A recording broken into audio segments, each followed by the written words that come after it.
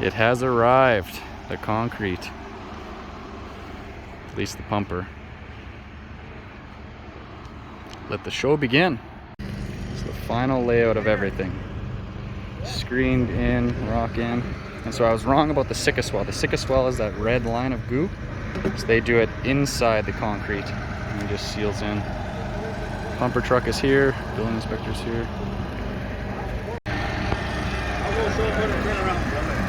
Yeah, they can turn around. Yeah, they can turn around right there.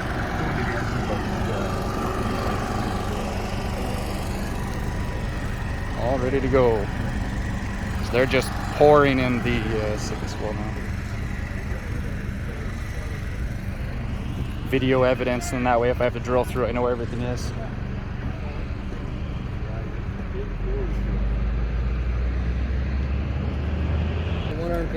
Yeah, I can imagine. So they have this massive pumper. So it's all remote control. A guy walks around and he directs where he wants that hose to go. So I think they're starting on the far side and they're going to work their way back around. But I think it's 26 yards of concrete to start. And then they might get more just to fill in those little holes and cracks and stuff like we were looking at earlier. The claw, but not the claw. The pump. Yes, the guy in the orange here, he's got the controls, walks around and directs it all.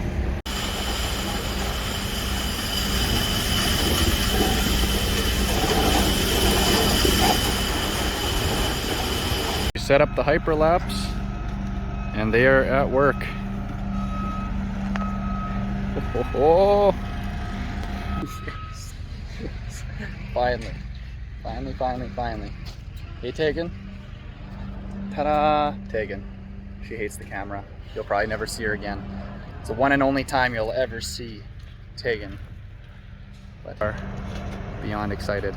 I mean, yes, very much creeping out all the contractors with filming, talking to my phone like I'm a crazy person, and putting up, you know, another camera to capture the time lapse of it. So if they mess up, we'll catch them. No, it's all good. We trust them, and we wouldn't have hired him if we didn't. So that's 2 trucks down, and I think they're roughly halfway. Ta-da. So yeah, you can see how it's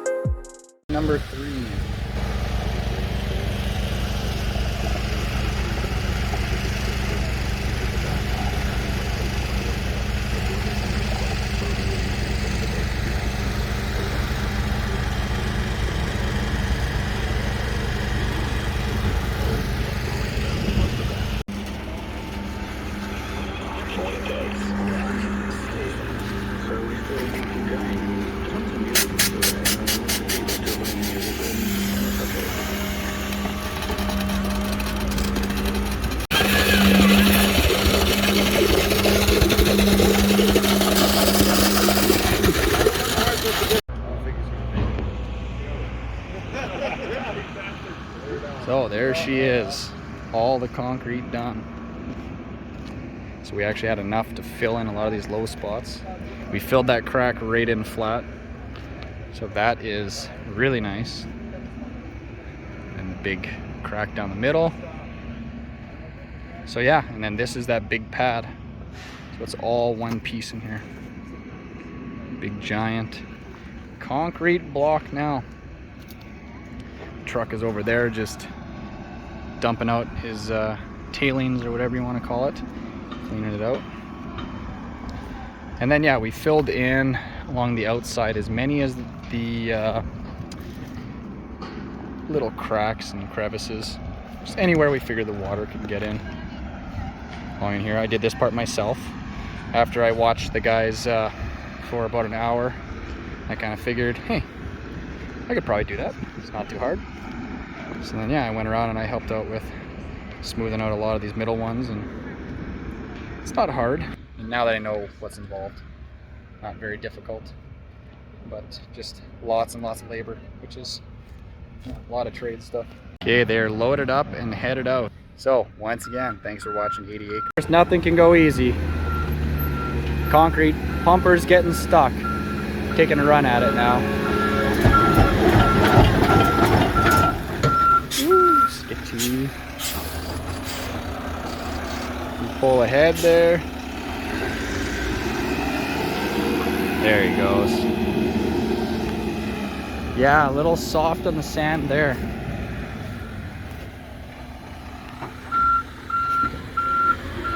Guess I gotta fill that up a bit. Okay, so we're moving the tank. This is pretty nerve-wracking and scary, very expensive tank. With sinkholes in the road, we got her picked up, making her along the pond. Fingers crossed, wish me luck. So we got the tank in.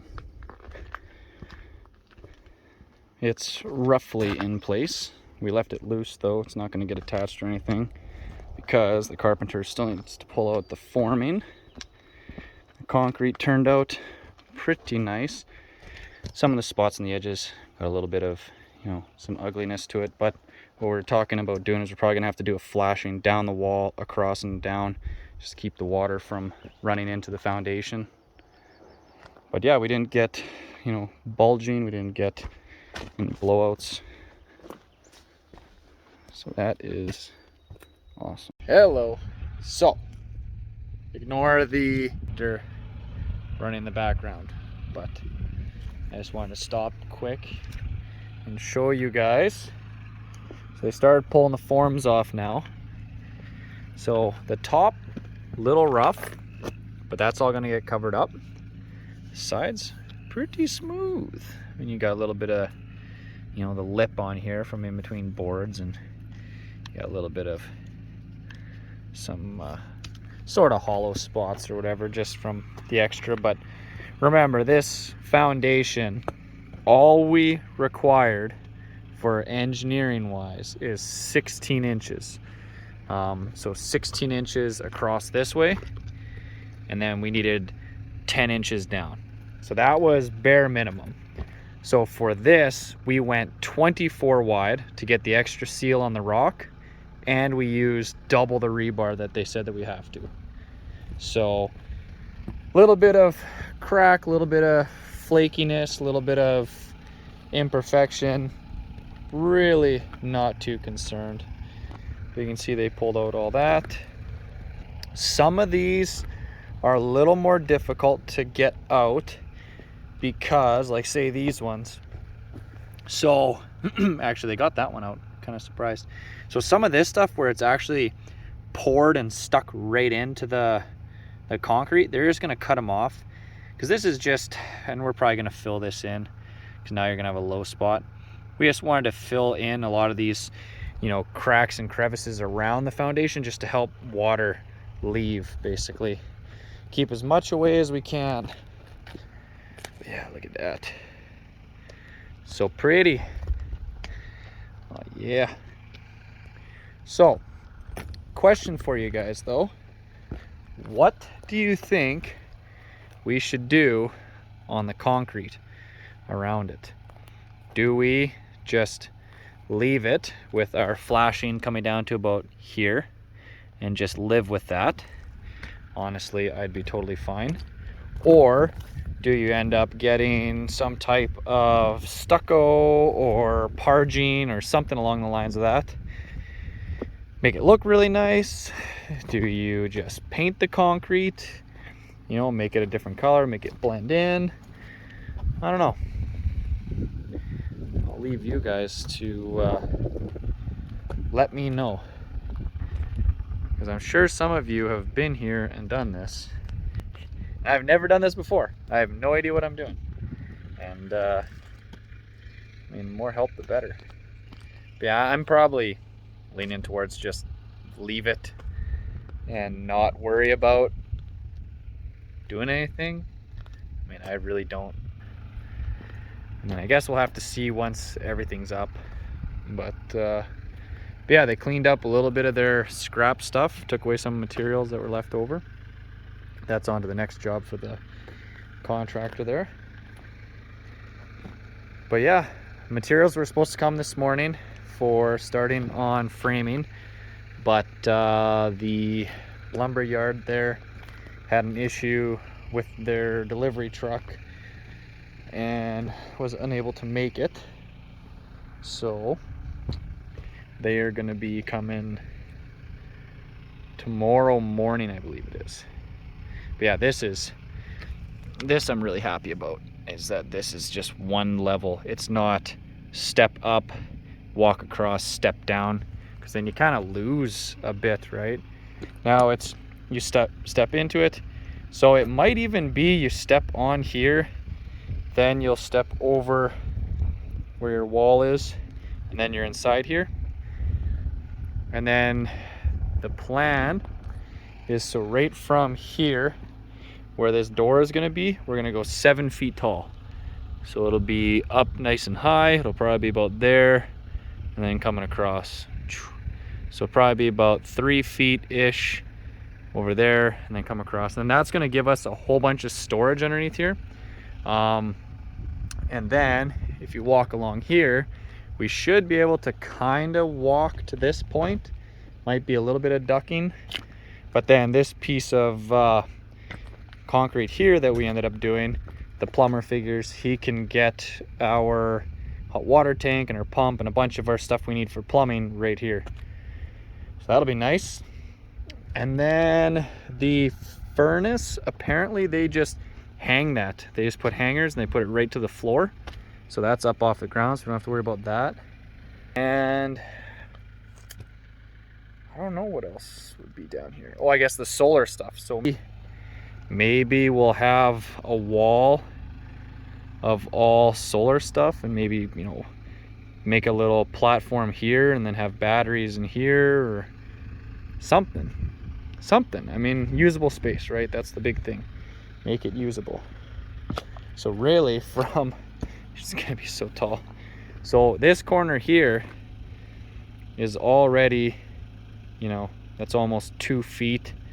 Then you're up to there, so you know, a little over 2.5 feet, then 7 feet.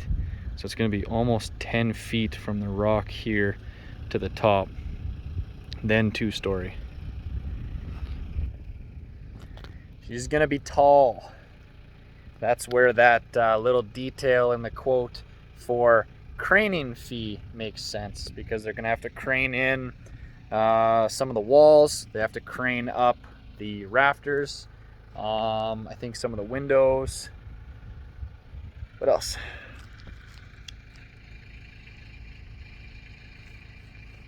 I think that's it. There's something else. Anyway, I don't know what kind of crane they're gonna have in here, if it's a real big actual crane or a zoom boom or what exactly they mean. But yeah, next time you guys see this, there should be some pony wall happening.